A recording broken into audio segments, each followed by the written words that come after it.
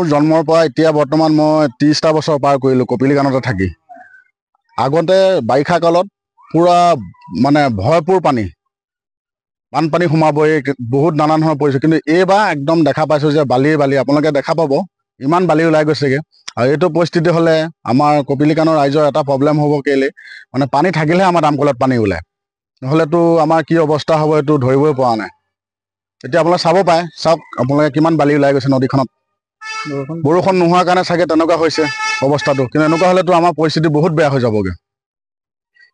আমিতো বুঢ়াই হ'লো, এতিয়া এনেকুৱা সেই পৰিস্থিতি আমি দেখা নাই। এইবাৰে প্ৰথম আমি দেখিছোঁ।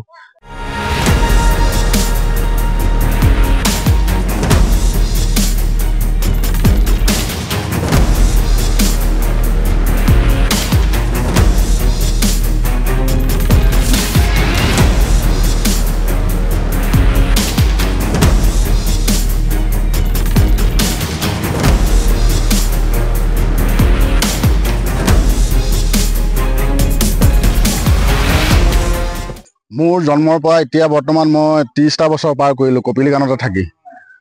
আগতে বাৰিষা কালত পূৰা মানে ভয়পূৰ বানপানী সোমাবই, বহুত নানান ধৰণৰ পৰিছে। কিন্তু এইবাৰ একদম দেখা পাইছোঁ যে বালিয়ে বালি, আপোনালোকে দেখা পাব ইমান বালি ওলাই গৈছেগৈ। আৰু এইটো পৰিস্থিতি হ'লে আমাৰ কপিলীকাণৰ ৰাইজৰ এটা প্ৰব্লেম হ'ব, কেলে মানে পানী থাকিলেহে আমাৰ দামকলত পানী ওলায়, নহ'লেতো আমাৰ কি অৱস্থা হ'ব এইটো ধৰিবই পৰা নাই। এতিয়া আপোনালোকে চাব পাৰে, চাওক আপোনালোকে কিমান বালি ওলাই গৈছে নদীখনত। বৰষুণ নোহোৱাৰ কাৰণে চাগে তেনেকুৱা হৈছে অৱস্থাটো, কিন্তু এনেকুৱা হ'লেতো আমাৰ পৰিস্থিতি বহুত বেয়া হৈ যাবগৈ। আমিতো বুঢ়াই হ'লো, এতিয়া এনেকুৱা সেই পৰিস্থিতি আমি দেখা নাই। এইবাৰে প্ৰথম আমি দেখিছোঁ।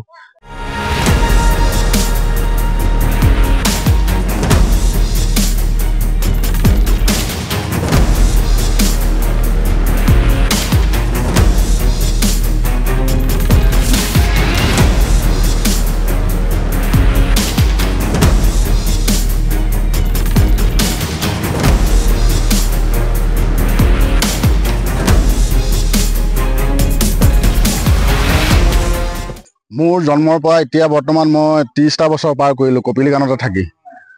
আগতে বাৰিষা কালত পূৰা মানে ভয়পূৰ বানপানী সোমাবই, বহুত নানান ধৰণৰ পৰিছে। কিন্তু এইবাৰ একদম দেখা পাইছোঁ যে বালিয়ে বালি, আপোনালোকে দেখা পাব ইমান বালি ওলাই গৈছেগৈ।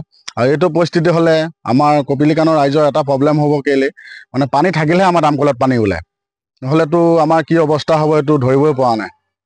এতিয়া আপোনালোকে চাব পাৰে, চাওক আপোনালোকে কিমান বালি ওলাই গৈছে নদীখনত। বৰষুণ নোহোৱাৰ কাৰণে চাগে তেনেকুৱা হৈছে অৱস্থাটো, কিন্তু এনেকুৱা হ'লেতো আমাৰ পৰিস্থিতি বহুত বেয়া হৈ যাবগৈ। আমিতো বুঢ়াই হ'লো, এতিয়া এনেকুৱা সেই পৰিস্থিতি আমি দেখা নাই। এইবাৰে প্ৰথম আমি দেখিছোঁ।